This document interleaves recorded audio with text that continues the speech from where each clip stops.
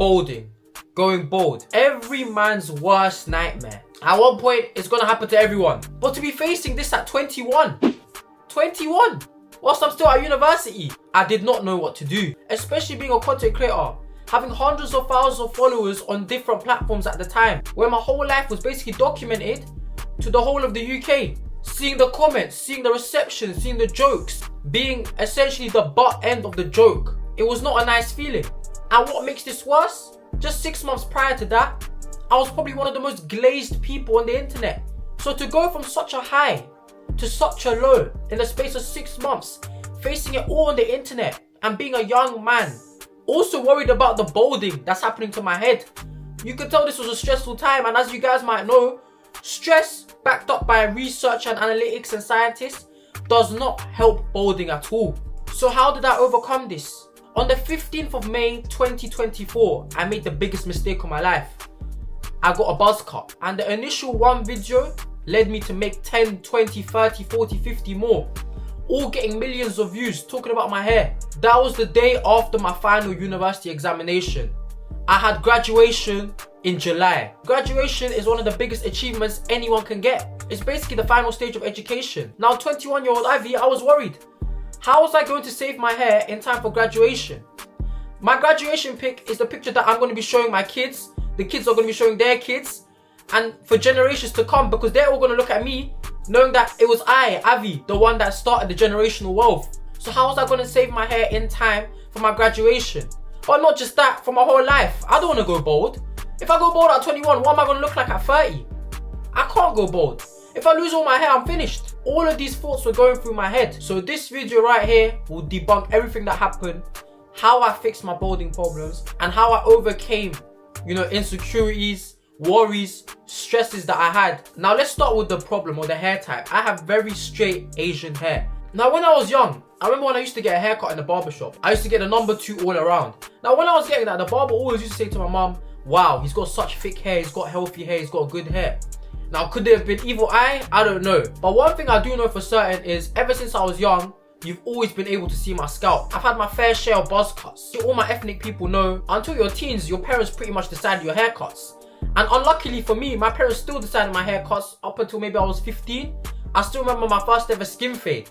Until then, it was just a 2 all around. I'd only get 2s. The only time I'd ever experienced freedom was when I was allowed to grow my hair out, but then I just looked like a porcupine or a hedgehog. That's what they used to call me in school, because I used to spike my hair up. I never thought my hair could bend. Now, one thing I do remember is one of my brethren, one of my best friends, every time I used to get a buzz cut in school, because I used to grow my hair out when I was at the ages of 14, 15, 16, but then randomly I just feel the urge of getting a buzz cut. Every time I got a buzz cut and came into school, everyone else was like, hey, wavy trim, nice forehead, just all the fresh trim slap.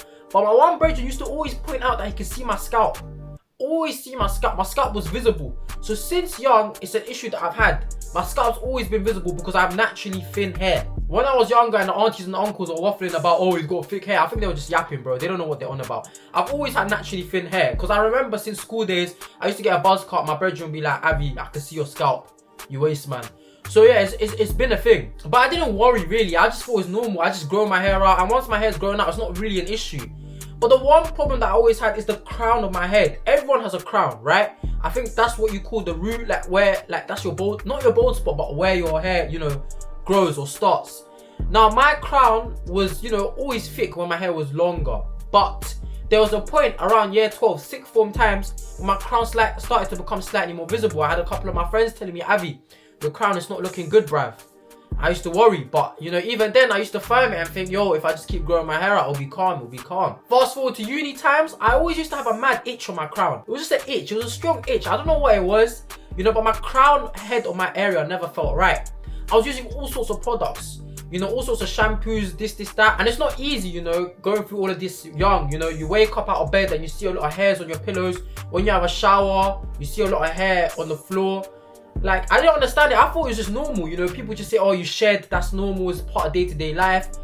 Losing hair is fine. And I just thought, yeah, cool, it's just signs of, maturing or growing up or whatever. I'm bound to lose my hair one day. Genetically, my dad's basically bald, so, I thought, yeah, it's gonna happen to me, I kind of accepted it, but I just didn't understand why this early, I wanted my hair. Now, since I started my social media journey, I've pretty much only ever had one trim, which is a trim that I'm rocking right now, which is an Edgar, you know, line up, you know, nice box forehead, line up the beard, or either a goatee and you're good. You know, that's the standard trim. That's what I've always gone for.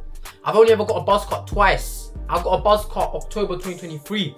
Now, what I done in October 2023, when I went to get a buzz cut, I was like to my barber, give me a number 4 and then a skin fade. But then my barber was like, number 4 will be too much, like your hair will be too revealing, like just get a number 8, trust me. And I was like, I thought over it, I was like, why not? But then I was like, okay, cool, give me a number 8. Now, what worked perfectly was October 2023, that was my 3rd year of university. That was when I was making a lot of different forms of content, uni content, but also violating Stratford, but also making relatable content, but also doing daily lives. Like, you know, I was appealing to such a huge and broad audience. And at that time as well, uni TikTok was a strong community. Like, it felt like we were all graduating together. Basically, everyone at uni pretty much watched me because they kind of lived through me, because I was just another struggling uni student, as well as the other uni TikTokers at the time. And also, I caught a lot of the younger fan base, secondary school and A-levels, because of the Stratford videos.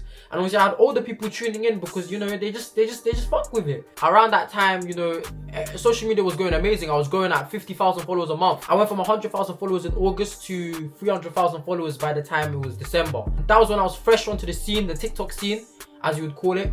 So I had a lot of people showing love. And this time, there was this viral thing going around the time where this one guy made a video talking about Central C, but basically pretty much glazing him and saying, why is everything Central C does so clean? Now, I just stitched that video and I mocked him, but then I kind of made it my own thing, because I copied the video of him glazing Central C, but I glazed myself in another video. And because I glazed myself, and because my fashion was all good, and because, you know, that gimmick stuck, people started saying, why is everything does so clean to me? You know, and a lot of my videos, so I was very glazed, you know, everyone was showing love, everyone was on the Avi hype train. So even with my buzz cut, even though I don't think I looked the best, because I wasn't showing my balding, people still glazed it and called the trim clean. That's what gassed me by the time it came to May 2024 to get another buzz cut. Now, I wanted another buzz cut, but this time I said, you know, screw everything, I'm gonna get a number 4, which is what my first barber told me not to get. I got the number 4. The rest, as they say, is history. I remember my hair was thin, but you know, I wasn't really showing it on TikTok like that. You know, I just passed my driving test. I got a BMW as my first car. I was the most excited guy in the world. I drove it up and I done the TikTok that everyone does when they get a car. Life's so short. Now, I was so excited to make that TikTok. But the problem was, I was at a petrol station where the lighting is terrible. You're gonna get screwed over by the petrol station. I remember doing that TikTok, you know, doing a life so short trend, but you could see my bald spot. But I thought, you know what, let me post this video, it's not that deep in it. I posted a video, it got about 1 million views, I think, because everyone was showing love about the car. But one of the comments, a few of the comments started catching on that I was balding. You know, they said boneless afro. They said a couple jokes about balding, this and that, and I had to take it on the chest. Me at the time, I did not care. I did not care about the comments because I was so numb to TikTok comments, because I've been shown love for over a year. When I saw that, I was like, yo, let me just think of virality and views. You know, TikTok pays for 1+ minute videos. Let me make a series out of this balding thing. I literally remember the day. Summertime, obviously the lighting is shining bright on my head, and I look like the baldest guy in the world. You know, it looks like I'm clutching at straws, keeping my hair alive. So I remember going to the lighting and making my hair look as bad as possible, taking a picture, and green screening that and making a video, and that's where it all started. That video got, I think, 2 million views, and that's when my series started. I had to save my hair. Seeing the reception to that, I didn't really pay attention to comments, you know. Comments were grilling me. They were absolutely grilling me. When I look at it now, I get more affected, you know, because I'm like, oh, like, how did it go from like so much love to being the butt of the joke? But at the time, I didn't care, because I was still under the pressure, like, oh my God, everyone loves Avi. Like, these are my followers, you know, joking with me. But I didn't realize what I was doing was perhaps damaging my aura, because I was seen as such a clean guy. Also, I was seen as a guy that no one can violate. Anytime someone, you know, stitched my videos and complained about me, my followers would just violate the guy. You know, I wouldn't even have to say anything, you know. So I was seen as maybe almost untouchable in terms of the virtual world on TikTok. But that video, I thought it was just fun and jokes, this whole balding thing. But what it allowed was, before I didn't have haters publicly speak, because they felt like there wasn't anything to violate me about, you know. It felt like a lot of people jumped at the gun, you know, like, oh, Avi's balding, let's just violate him as well. A lot of it was my followers bantering with me, but a lot of people jumped on it as well and, you know, used it as an excuse to violate, which now when I look back at it, kind of, you know, upsets me. But at the time, I just thought, oh my God, these are all my followers, ha ha ha, jokes. I remember looking at it the way it was, you know, I made the video, I got 2 million views. I was just thinking, yo, money, money, money, you know. If you guys don't know, TikTok does pay a decent amount, you know, 2 million views, do the maths, innit? That's what I'm gonna say, 2 million views, do the maths, I have a decent RPM. And you know, I doubled down on it, made more videos about the series. So then I was like, oh, how am I gonna save my hair? The thing is, I did kind of know if I grow my hair out, you know, everything would look fine. One thing is, this was a sort of a scare. Like, I was worried, like, yo, I don't want to go bald. Like, I knew like I could obviously make it look good for social media, fake it, and you know, people will be off my back. But in terms of life and myself, I wanted my hair to actually look good. I started investing into hair care. I remember I bought all sorts of oils as a remedy, and I branded it on social media as my mum's potion. Because at the time, I'm going to be completely honest with you guys, I did leave the door open for one day to perhaps bulk produce like this so-called mum's potion and sell it.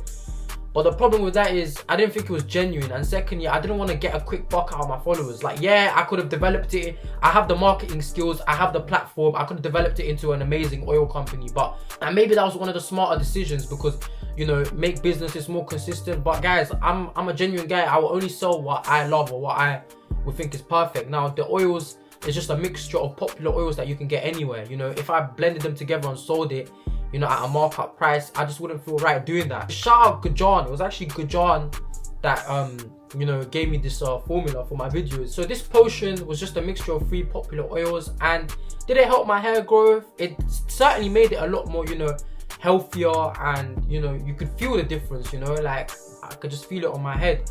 I don't know how to really describe it. You have to try it to, you know, feel it. I don't know if it helped in terms of growth. I don't know if it helped in terms of retaining my hair, but it definitely made it feel a lot more healthy, and especially after shower, before shower, the shedding wasn't bad. Now this was a mixture of 3 popular oils. So the first one is amla oil. All my South Asians know about amla oil, man. Listen, amla oil is integrated into our community, into our genes. You know, everyone has it. And then it was a rosemary and castor oil mixture. And then the last one was this oil from Inches. I mixed all 3 of them together, equal portions, into a bottle, and I applied it onto my hair, and it worked wonders. What I also established was I was also taking minoxidil at the time, and I still do take minoxidil to this day, and I think minoxidil has definitely helped. I recommend to all. Of course, there are side effects, so please do your research before you accept the risk. But personally, from my results, I would recommend, but just make sure you do your research and it is something you're willing to do in order to save your hair before you apply it. I did take biotin for a few days, but then, you know, like all vitamins, I don't know, I'm just a human being, like it's habit, like I just forget, you know, or I'm not that interested, or I don't take it anymore. So biotin, I took it for like 2 days and I stopped. The oils eventually ran out and I didn't re-up on it, but that's just me being lazy as a human being and not re-ing up on it. That's my fault. But the minoxidil, I still purchase it. I apply it every single day, 2 times a day, morning and night, and I make sure to never miss. I think minoxidil has made such a good difference. And also the thing about minoxidil, which is quite cool, is that the fact that you can apply it on your hair and it's basically your, you know, your hair wax or your hair clay or your hair gel. Like you could just style your hair with the minoxidil. Minoxidil, I definitely do recommend. But I was using that formula. I was basically applying it for, you know, 30, 60, 90 days, you know, getting trims. But obviously I was just at that point praying that my hair would somehow recover, somehow would fix, you know. At the end of the day, it's in God's hands, like it's not even in my hands. So I could have ended up bald, you know, and then I would have been robbed, you know. I was really worried about it. But the thing that I was thinking is, worst case, I'd go Turkey. But, you know, I didn't want to go Turkey, you know. I wanted to fix it here. Like I wanted to do it naturally, you know. But even now, worst case, I will go Turkey to fix my hair, because, you know, that, like, come on guys. Like, now we'll go into more of why I showcased this or why I claimed it. There was really 2 things in it. One, I knew this was going to get views, you know. Every video got millions of views, you know, and views means money, and money means like brand deals and sponsorships and traction and attention, which is all good to build your personal brand. The second one is I had an idea, like I said earlier, of releasing my own oil at the end, but then I didn't, because, you know, I didn't want to make a quick buck of people. You know, if I ever release something, a product to people, it'll be something that I genuinely love myself, and something that I create from scratch. And then another reason is because I knew a lot of young men would be going through this, or at one point will. People older than me as well, who, you know, perhaps are balding or bald.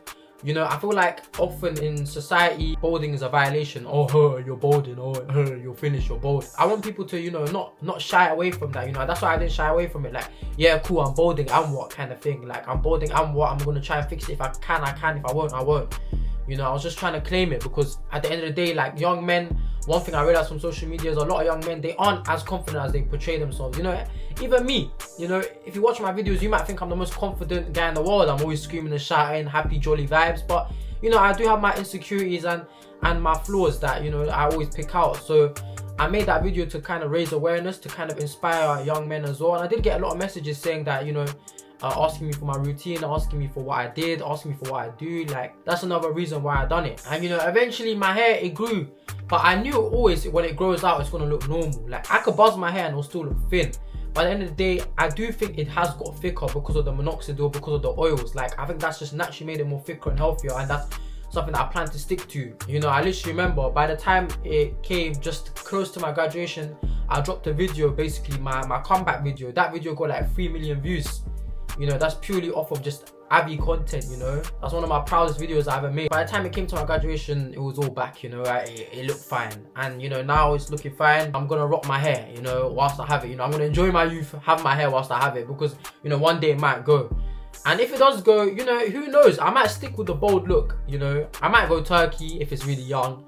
But I might stick with the bold look as well, because there's nothing wrong with that, man. I'll embrace the dad or the uncle look, you know. It's just love out here. But yeah, guys, there's not really any magic secret, you know. I didn't go turkey. I didn't get a hair transplant. It didn't happen overnight either, you know.